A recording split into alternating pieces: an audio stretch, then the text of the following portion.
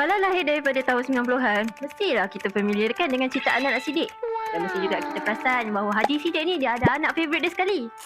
Dalam series anak-anak sidik, mesti kita perasan bahawa si Bun ni dia selalu kena marah dengan ayah dia orang. Tapi anak ketiga, iaitu si Ajib ni, dia selalu terlepas daripada apa-apa hukuman. Padahal dekat belakang tabir, si Ajib ni sama je nakal dengan adik-beradik dia yang lain. Dan sepatutnya dia pun dihukum sama. Tapi tak, dia senang terlepas. Dalam POV Haji Sidik, si Bun ni memang lebih nakal. Sebab itu dia didisiplinkan supaya dia lebih berjaya dan minat dalam badminton. Tapi dalam POV si Bun ni pula, pilih kasih tu sangat ketara. Apa pun, semua yang berlaku tu bersebab dan semua yang terjadi tu jugalah yang membentuk kepribadian anak-anak sidik hari ini. Sebenarnya, favoritism tu patut dihindari oleh semua parents. Sebab walaupun anak-anak ni lahir daripada rahim yang sama, kepribadian dan sifat mereka semua berbeza.